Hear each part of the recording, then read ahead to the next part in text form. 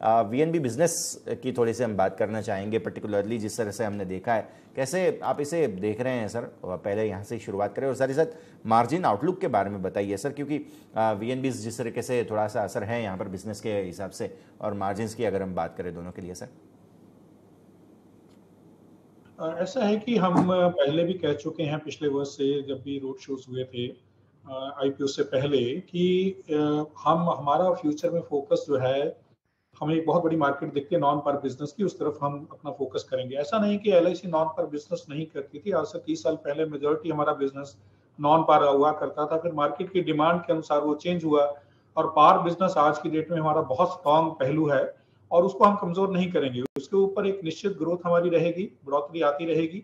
लेकिन जो नॉन पार सेगमेंट है, जो वीएनबी मार्जिन काफी ज्यादा देता है, उसके ऊपर हमारी ग्रोथ की जो संभावनाएं हैं और उसके ऊपर हम काम करेंगे वो बहुत ज्यादा है, और उसके ऊपर हम काम करेंगे। हमने ये भी कहा था कि आने वाले समय में, भविष्य में, हम अगले 5 साल के लिए नॉन पार प्रोडक्ट्स ही मार्केट में लेकर आएंगे, और उसके ऊपर हमने ऑलरेडी काम शुरू कर दिया। इस वक्त 34 में से जो प्रोडक्ट अवेलेबल फॉर सेल है, उसमें से 18 नॉन पार सेगमेंट में है और 16 जो है वो पार सेगमेंट में है।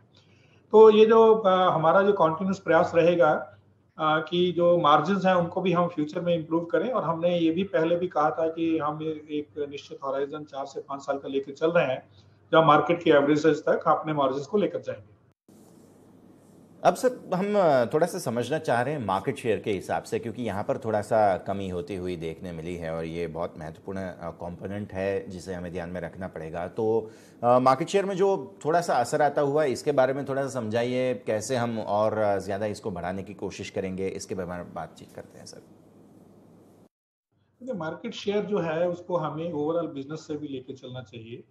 पिछला साल जो पहला क्वार्टर था, उसमें बिजनेस जो है वो बाकी जो कंपनीज थी उनका कम हुआ था, इसलिए हमारा मार्केट शेयर बढ़ गया था। उसके बाद हमने जो कॉन्शियस अपना एफर्ट को शिफ्ट किया बीएनबी मार्जिन और ईपी ग्रोथ को लाने के लिए नॉन सिंगल प्रीमियम के ऊपर पिछले वर्ष, उसकी वजह से हमारा जो मार्केट शेयर पे इम्पैक्ट आया, और मार्च में वो 63% प्लस में था, जिसके ऊपर 2% की बढ़ोतरी हुई है। तो Q1 में एक्चुअली अगर हम देखें तो मार्च से 2.2% की वृद्धि हुई है।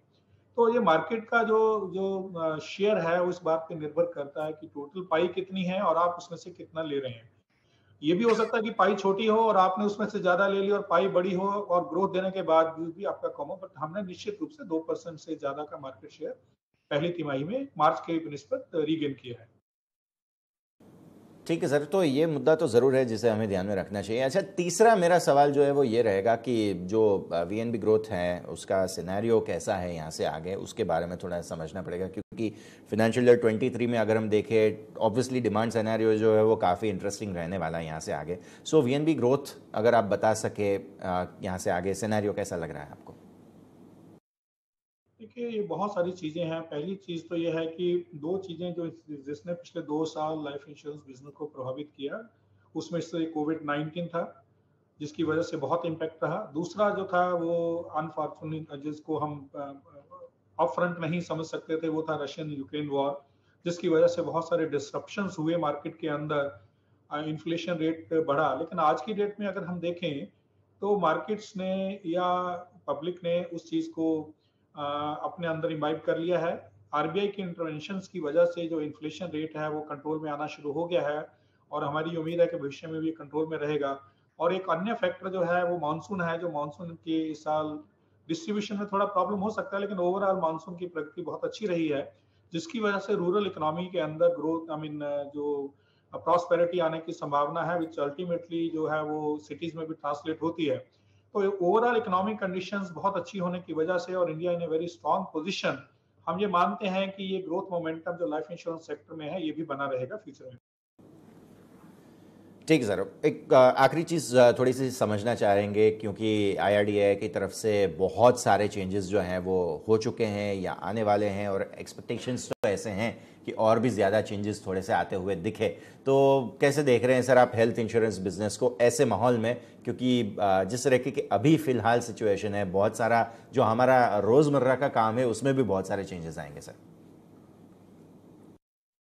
देखिए, रेगुलेटरी चेंजेस जो हैं वो कुछ चेंजेस जो होते हैं, रेगुलेशन जो होते हैं वो इंडस्ट्री के लिए बहुत जरूरी होते हैं।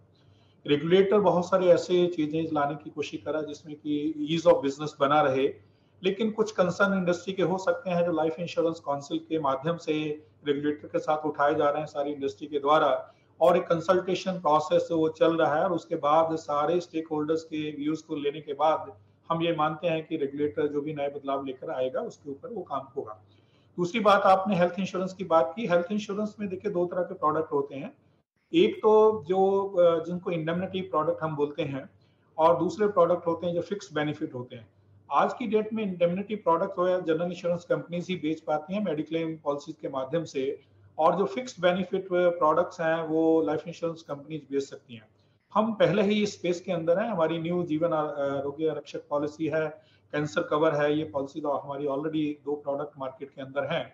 और हम इस अपॉर्चुनिटी को, अगर हेल्थ इंश्योरेंस एक अलग वर्टिकल, एक अलग सेगमेंट के रूप में रेगुलेशंस आते हैं, तो हम उसके लिए प्रिपेयर्ड हैं। हमारा इंफ्रास्ट्रक्चर ऑलरेडी तैयार है, हमें उसमें उसको इनकैश करने में कोई दिक्कत नहीं होगी, क्योंकि टीपीएस के साथ टाई अप या हमारे ट्रेन मैन पावर, हमारे ऑफिस सभी हमारे पास उपलब्ध हैं, और हम इस अपॉर्चुनिटी का जरूर फायदा उठाएंगे।